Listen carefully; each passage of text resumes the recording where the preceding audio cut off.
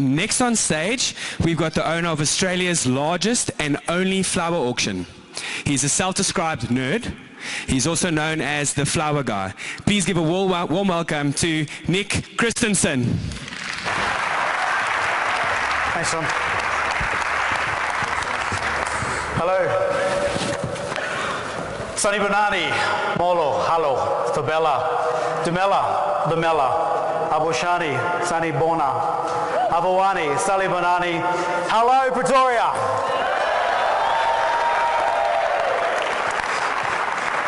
I'd like to share with you two small stories that hopefully will have a huge impact on you. But first of all, I'd like to understand, why are you here? Why did you come? It's the weekend. Why did you come? Did you come to absorb the goodness from the world-class speakers and JT Fox? Possibly. Did you come because you want to get your business further ahead? Maybe. But I think it's something more personal than that. I think you came because something is missing. Something is missing in your life, possibly in your personal life or your business life. I know for me, when I come to these sort of events, I go because I'm looking for something. Well, out of my two stories, hopefully I can give you two key things that will help you unlock some of those things. So my first story, I'd like you to come with me and I will share with you. It was the day that an inland tsunami destroyed my business. When I say the word tsunami, how many people think of like a big, tall wave that's like 100 foot tall and is that what you picture in your mind? Yeah. And it's got the rock going up an inflatable up the other side. That's what I pictured. But the tsunami I'm talking about is not that.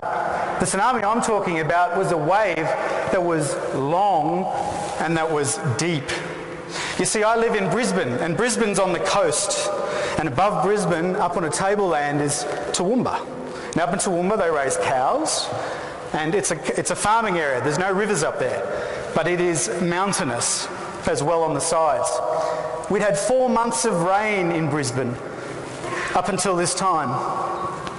The day that my life changed was Monday the 10th of January 2011. The rain kept falling and we're all starting to think, maybe we're going to flood. You see, the problem was there was so much rain falling and the ground was so soaked that every time the raindrops would fall from the heavens, it would just bounce straight off. And that's how the wave got created.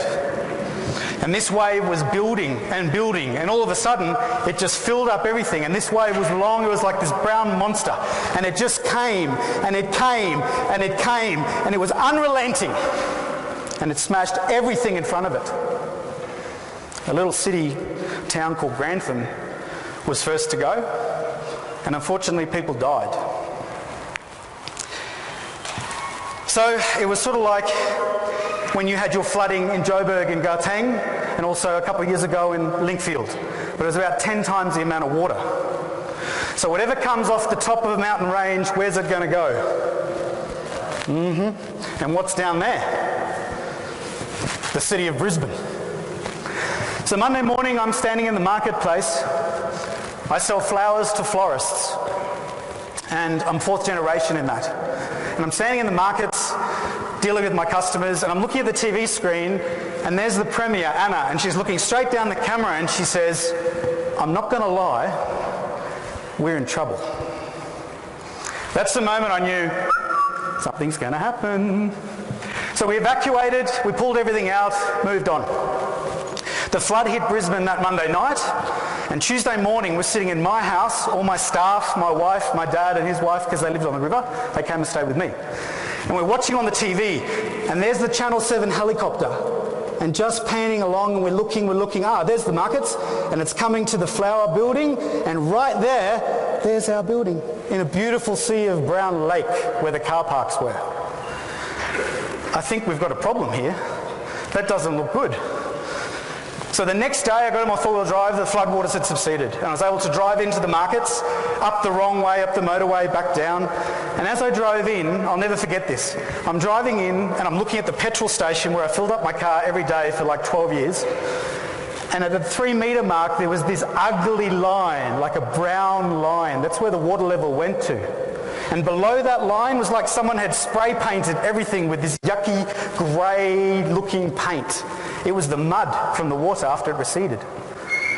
So I drove in, and at the main gate there's a 40-foot container sitting on an angle up against a light pole, like it's supposed to be there. So I drive in and I'm walking around my building, and as I'm looking, we had about $300,000 worth of cool rooms, and I'm looking and the cool room was lying down. I'm going, that's not good. That was the day, that was the very moment that I went, I'm gone. I don't have $300,000 in the bank to rebuild. You see, my business was doing okay. 54.7 million rand. Not bad. Turning over, successful. But as I was standing there in all that devastation, something inside me just clicked. Remember yesterday we talked about showing up and finding a sense of your true self? Something happened to me that day where all of a sudden I went, right, I have to protect my family. I have to serve my customers. I have to serve my growers that send flowers to me. What do we do? So over the next 3 days, we completely redefined our business. We flipped it. Now remember, my business was only 5% online before the flood, and we're trying to make it 100% in 3 days after the flood. How many people think I could do that? I didn't think I could do that. You actually thought I could do it. Thank you. I was there going, we could do this, but will the customers come with us? Will they follow us there? I didn't know. Pause that there. The second story is a happier story. It happened in 2008.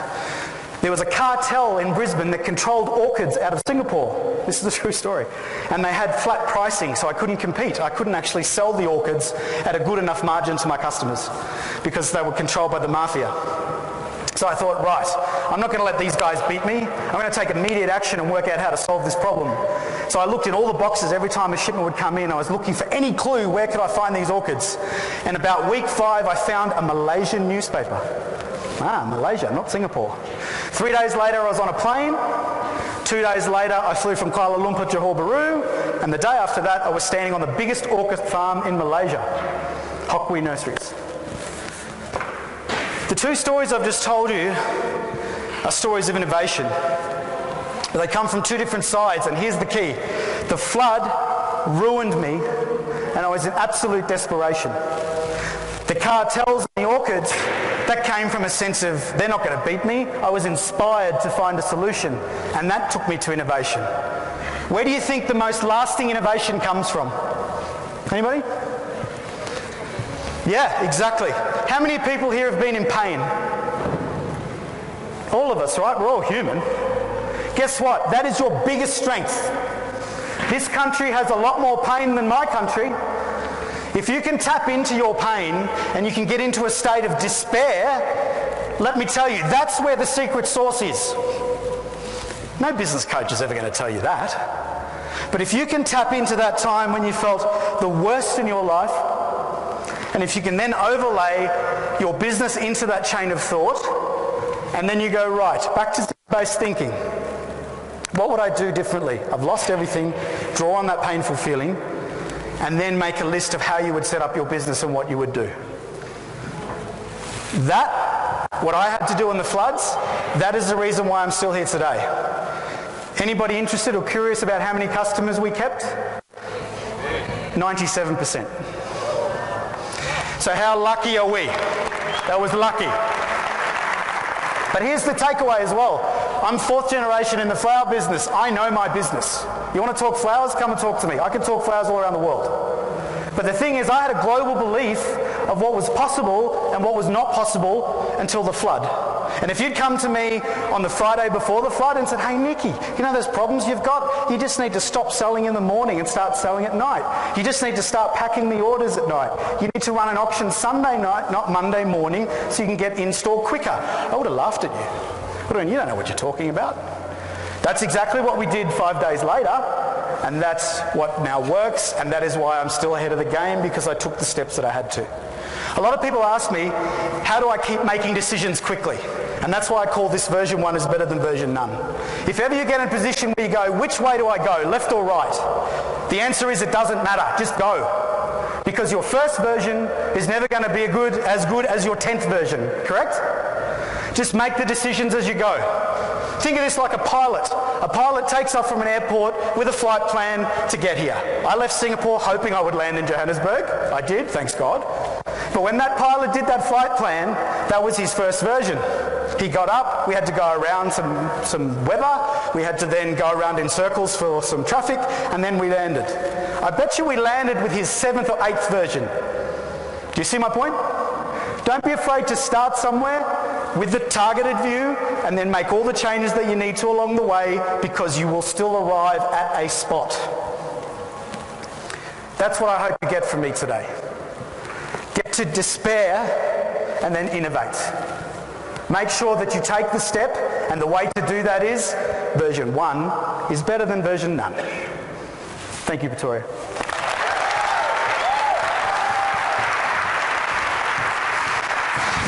Thanks, Nicki.